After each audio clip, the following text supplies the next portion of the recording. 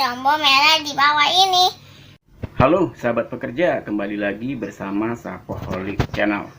Di video kali ini saya ingin memberikan informasi barusan ataupun hari ini pertanggal 24 Agustus 2020 telah dilakukan penyerahan batch pertama data penerima bantuan langsung tunai dari BPJS Ketenagakerjaan ke Kementerian Ketenagakerjaan. Dalam hal ini telah dilakukan penyerahan data dari Direktur Utama BP Jam Sostek yaitu Bapak Agus Susanto ke Ibu Ida Fauzia selaku Menteri Ketenagakerjaan. Nah, jadi dalam penyerahan data yang dilakukan di batch pertama ini sejumlah 2.500.000 nomor rekening peserta BPJS Ketenagakerjaan yang sudah lolos verifikasi dan validasi di BPJS Ketenagakerjaan.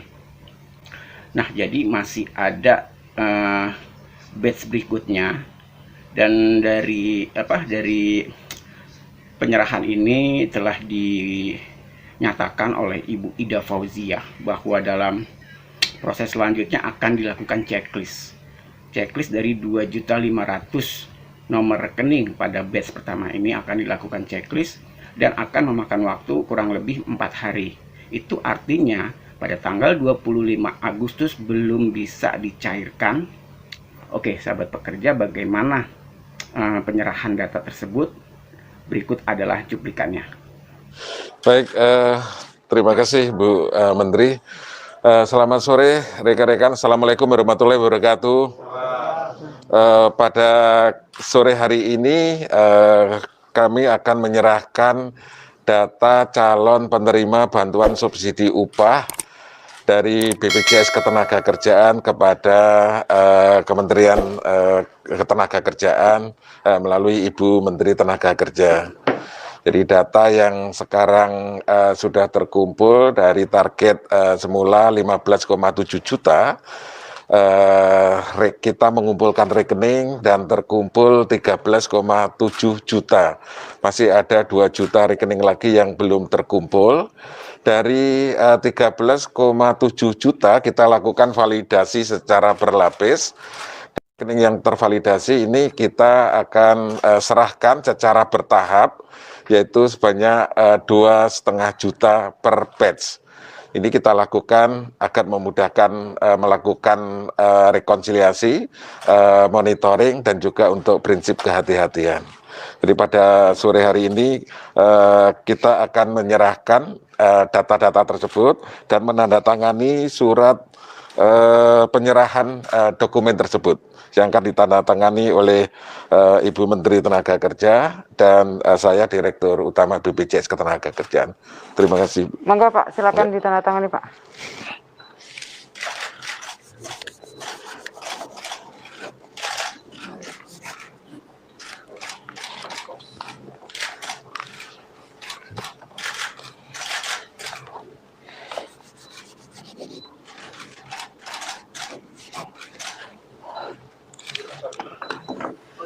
Ya.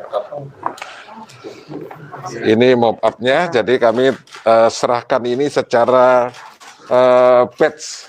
Ini batch pertama 2.500.000 nomor rekening.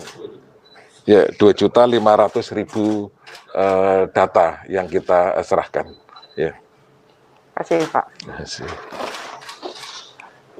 Kami menerima data calon penerima program subsidi gaji atau upah ini dari BPJS Ketenagakerjaan.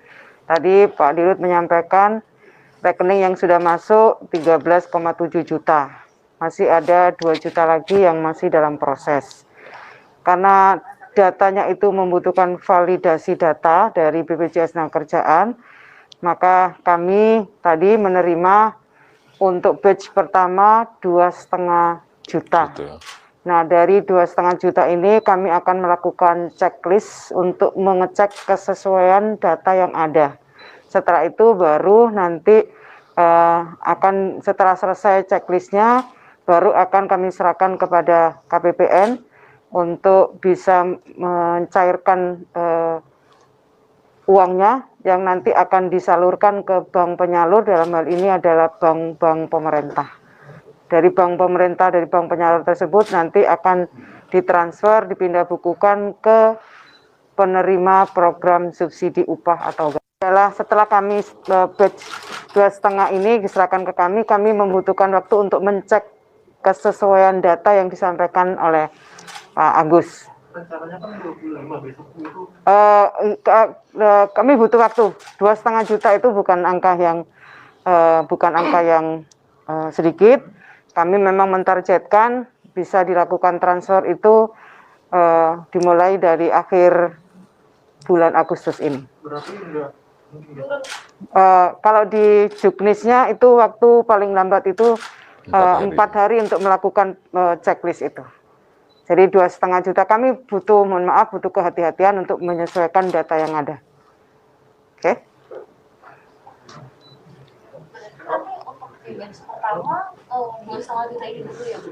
Kami merencanakan batch pertama 2,5 juta. Mudah-mudahan itu 2,5 juta itu minimal ya, per minggu bisa kami lakukan, sehingga dari 15,7 itu bisa masuk datanya pada akhir September 2020 ini. Untuk oke. Baik. Kalau untuk honorer bisa dapat Bu? Pegawai pemerintah non PNS sepanjang dia menjadi peserta BPJS Ketenagakerjaan, maka dia memang termasuk yang menerima program bantuan pemerintah ini. Jadi awalnya kan kita 13,8 juta itu pegawai swasta dengan upah di bawah 5 juta. Kemudian setelah kami koordinasi rapat dengan lintas KL, kami juga memberi kesempatan kepada pegawai pemerintah non PNS yang mereka tidak menerima gaji ke-13 dan mereka sebagai peserta BPJS Ketenagakerjaan itu juga berhak untuk mendapatkan subsidi gaji atau upah ini. Jadi totalnya menjadi 15,7 juta. Yang awalnya 13,8 menjadi 15,7. Jadi mungkin saya tambahkan dari 15,7 tersebut datanya sudah lengkap, mendapatkan nomor rekening bank dari masing-masing peserta 15,7 juta. Dan saat ini sudah terkumpul 13,7 juta. Masih ada 2 juta lagi tenaga kerja yang belum mengumpulkan nomor rekening. Oleh karena itu saya minta bantuan para pemberi kerja, perusahaan, para HRD agar segera mengkolek nomor rekening karyawannya untuk diserahkan kepada BPJS Ketenagakerjaan agar bisa mendapatkan bantuan subsidi upah dari pemerintah. Dari 13,7 juta kita lakukan validasi secara berlapis. Dari validasi, baik itu validasi kepada bank, kita ingin memastikan bahwa nomor rekening itu benar, nomor rekening yang ada di bank. Harus kami validasi sebanyak 127 bank. Dan ini kita lakukan by system secara automatically, tapi karena jumlah besar, perlu waktu. Dan dari 13,7 juta yang sudah tervalidasi, sebanyak 10 juta. Dari 10 juta hari ini, kita serahkan 2,5 juta secara bertahap by batch ini untuk memudahkan monitoring dan juga kita menerapkan prinsip kehati-hatian. Bu, dari isi Permenaker nomor 14 tahun 2020 kan ada tertulis sanksi ya Bu ya, bagi pemberi kerja apabila data tersebut tidak valid. Saya boleh tahu Bu, sanksi yang diberikan kepada pekerja itu pemberi kerja itu apa ya Bu? Sanksi administrasi. Itu saja Bu. Sanksi administrasi. Dia penghentian pelayanan kepada pemberi kerja yang tidak melaporkan atau tidak mendaftarkan buruh atau pekerjanya. Apa tidak ada sanksi mungkin kayak pembatasan izin usaha atau kalau misalnya itu di dalamnya kan ada sanksi administrasi, di dalamnya ada itu kan.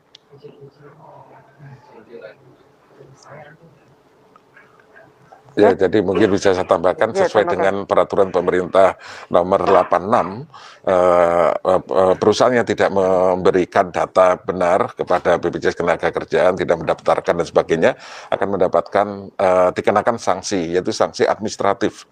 Sanksi administratif mulai dari teguran, denda, dan juga dihentikannya pelayanan publik tertentu, dan juga sanksi-sanksi lain sesuai dengan ketentuan peraturan perundangan yang berlaku. Dendanya berapa, Pak? Saya harus cek besarannya, nggak hafal angkanya. Nanti bisa kalau mau sekarang, tapi nanti setelah itu juga bisa. Yang sudah lebih teknis lagi. Oke. Cukup ya? Cukup.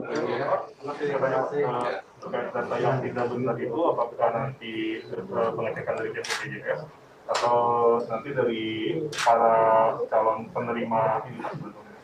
Oh ya, dari data yang masuk 13,7 juta kita lakukan validasi berlapis tadi, ada yang belum valid, ini kita kembalikan kepada pemberi kerja. Jadi untuk segera dikoreksi. Dan saat ini sedang dalam proses, oleh karena itu saya minta bantuan para HRD perusahaan untuk segera menindaklanjuti. Ya, jadi kita kembalikan lagi kepada pemberi kerja. Ya. Oke. Baik, cukup ya. Terima kasih semuanya. Oke, sahabat pekerja, jadi demikian yang bisa saya informasikan. Dari penyerahan ini dapat diambil kesimpulan bahwa untuk pencairan dana BLT 2020 belum bisa dilakukan pencairannya pada tanggal 25 Agustus 2020. Jadi masih menunggu checklist dari Kementerian Ketenagakerjaan. Nah, semoga di batch-batch berikutnya sudah terkumpul banyak untuk nomor rekening yang sudah valid dari BPJS. Nomor yang sudah valid baru diserahkan tahap pertama sebesar 2.500.000 nomor rekening peserta penerima BLT tersebut. Oke sahabat pekerja, sampai berjumpa di video berikutnya. Salam sukses dan terima kasih.